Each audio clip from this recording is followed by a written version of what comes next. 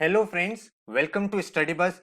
आज हम अपनी क्वांट शॉर्टकट सीरीज में नेक्स्ट टॉपिक की बात करेंगे जो है डिजिटल सम कॉन्सेप्ट। आप कोई भी एग्जाम अपियर कर लो, चाहे कैट का एग्जाम हो चाहे नॉन कैट एग्जाम हो, जहां पे भी आपका क्वांट का सेक्शन होता है वहां पे आपको कैलकुलेशंस करनी पड़ती है। बड़े बड़े नंबर्स को मल्टीप्लाई करना पड़ता है, डिवाइड करना पड़ता है, एडिशन होता है, सब्ट्रैक्शन होता है। एंड अगर आपकी कैलकुलेशन फास्ट होती है तो कहीं ना कहीं आप दूसरे लोगों से जल्दी अपने क्वेश्चंस को कर पाते हो। तो अपनी कैलकुलेशन को बहुत ज्यादा कैसे फास्ट करना है, किस तरह से आप क्विकली अपने आंसर पे पहुंच सकते हो, उसके लिए मैं आपको एक कॉन्सेप्ट समझाने वाला हूं। इस कॉन्सेप्ट की हेल्प से आप देखोगे कि आपकी जो टेक्निक है वो बिल्कुल चेंज हो जाएगी एंड शायद आप अपनी स्पीड में काफी ज्यादा इंप्रूवमेंट देख पाओगे। तो इस वीडियो के पहले आपने अगर प्रीवियस सेशंस नहीं देखे तो नीचे डिस्क्रिप्शन में मैंने आपको लिंक दे दिया जहां पे मैंने अदर शॉर्टकट डिस्कस किए हैं, तो वो लेक्चर भी आप देख सकते हो। So my name is Saurabh Kothari, let's start.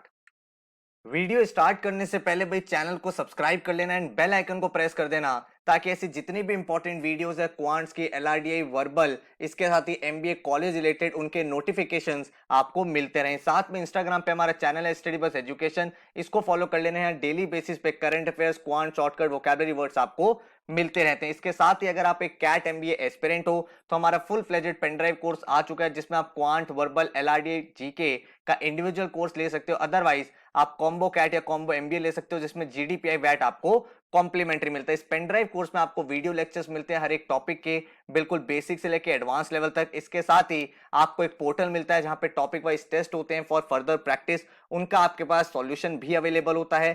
साथ में आपके पास 24/7 डाउट फोरम रहता है कि अगर आप पढ़ाई कर रहे हो, प्रैक्टिस कर रहे हो, कोई डाउट आ जाए तो आप वहां पे पोस्ट कर सकते हो, हमारी डाउट फैकल्टी उनको सॉल्व कर देती है। एंड इसके साथ ही जितने भी मेजर एग्जाम्स हैं उनकी आपको ऑल ओवर इंडिया लेवल की टेस्ट सीरीज प्रोवाइड होती है with detailed analysis and solution. तो कहने का मतलब है कि इस पेनड्राइव कोर्स को करने के बाद आपको अलग से ना ही कोई कोचिंग चाहिए, ना टेस्ट सीरीज चाहिए, ना ही कोई बुक चाहिए, फुल फ्लेजेड आपकी प्रिपरेशन हम लोग करा देते हैं। तो अगर आप ये कोर्स बाय करना चाहते हो हमारी वेबसाइट पर जा सकते हो studybus.co.in एंड जैसे ही आप ऑर्डर करते हो विद इन 4 to 5 डेज आपके घर पे आपकी पेनड्राइव किट आ जाती है। अगर हम देखें कितने नंबर ऑफ मॉक्स मिलते हैं तो यहाँ पे आप चेकआउट कर सकते हो CAT, SNAP, XAT, IIFT and mat.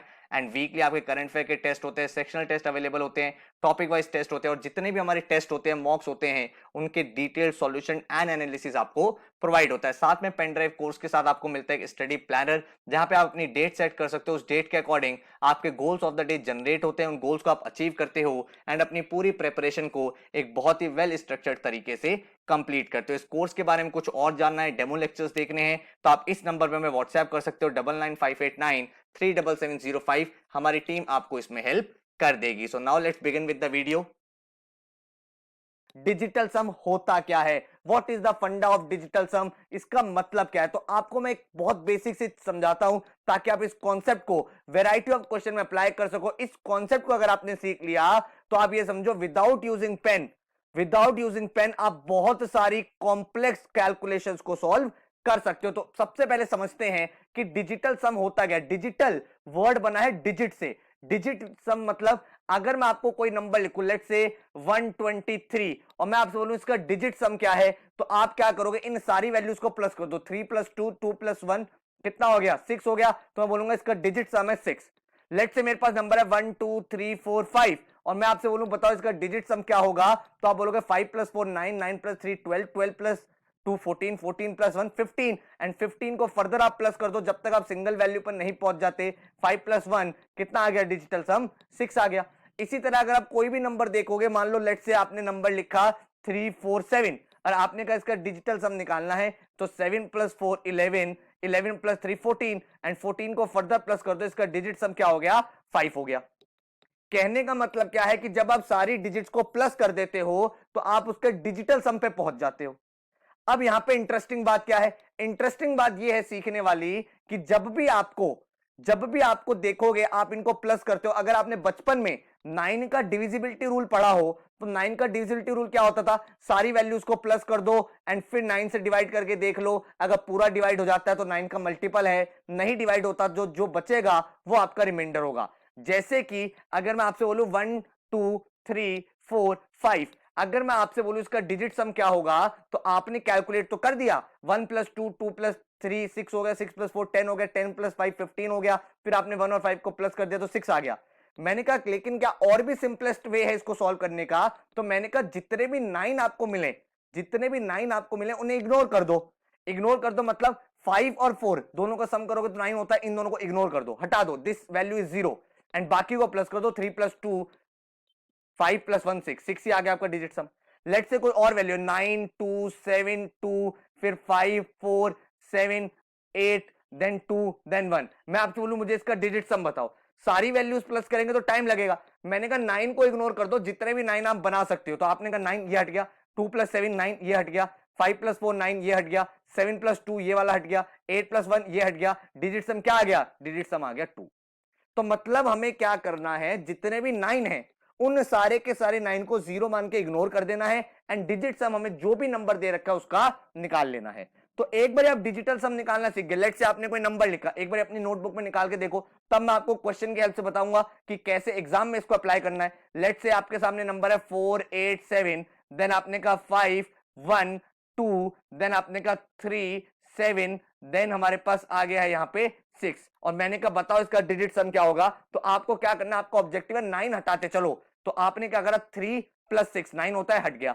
आपने कहा 7 प्लस 2 9 होता है, हट गया। आपने कहा 5 प्लस 4 9 होता है, हट गया। 8 प्लस 1 9 होता है, हट गया। बचा क्या? 7। तो 7 इज द डिजिटल सम और let's say digit some. Clear है यहां तक बात? अब हम देखते हैं इसकी एप्लीकेशन क्या है। मान लो मेरे एग्जाम में एक क्वेश्चन आ जाए, क्वेश्चन कह रहा है 256 इंटू 256 प्लस 173 इंटू 173 और इसका मुझे आंसर निकालना है। तो अगर मैं नॉर्मल वे से चलूंगा तो इसका स्क्वायर करूंगा, इसका स्क्वायर करूंगा, दोनों को प्लस करूंगा, काफी ज्यादा टाइम लग जाएगा। मैंने कहा मैथ का फंडा ये कहता है कि सारी डिजिट वैल्यू को प्लस कर दो। क्वांट हैक्स ये सिखाता है कि डिजिटल वैल्यू को प्लस कर दो और ऑप्शन में चेक कर लो कौन सी डिजिट वैल्यू उससे मैच कर रही है, वही हमारा आंसर होगा। तो लेट्स से अगर मैं ये वाला क्वेश्चन देखूं तो 256 लिखा हुआ है, 256 लिखा हुआ तो आप क्या बोलोगे? 2 प्लस 5 7, 7 प्लस 6 कितना होता है? 7 प्लस 6 होता है आपका 13। तो 13 इंटू 13 प्लस अगर मैं कर दूं 173 इंटू 173 तो 1 प्लस 7, 1 प्लस 7 होता है आपका 8, 8 प्लस 3 11, तो 11 इंटू 11। अब मैं इसको फर्दर प्लस करूंगा क्योंकि डिजिट सब में मुझे एक वैल्यू तक लेके जाना है। तो अगर मैं यहाँ पे करूंगा 13, 1 और 3 को प्लस कर दूंगा कितना हो जाएगा? 4 इंटू 4 प्लस 1 प्लस 1 यहां करूंगा तो कितना हो जाएगा? 2 इंटू 2 हो जाएगा। इसको जगह आप मल्टीप्लाई करोगे तो कितना आ जाएगा? ये आ जाएगा 4 इंटू 4 16 और यहां से ये आ जाएगा 4। तो 16 प्लस 4 कर दोगे तो 20 आ जाएगा एंड 2 प्लस 0 कर दोगे तो आपका फाइनल डिजिट सम आ गया 2। तो इसका मतलब आपको जो आंसर आना चाहिए उसका डिजिट सम 2 होना चाहिए।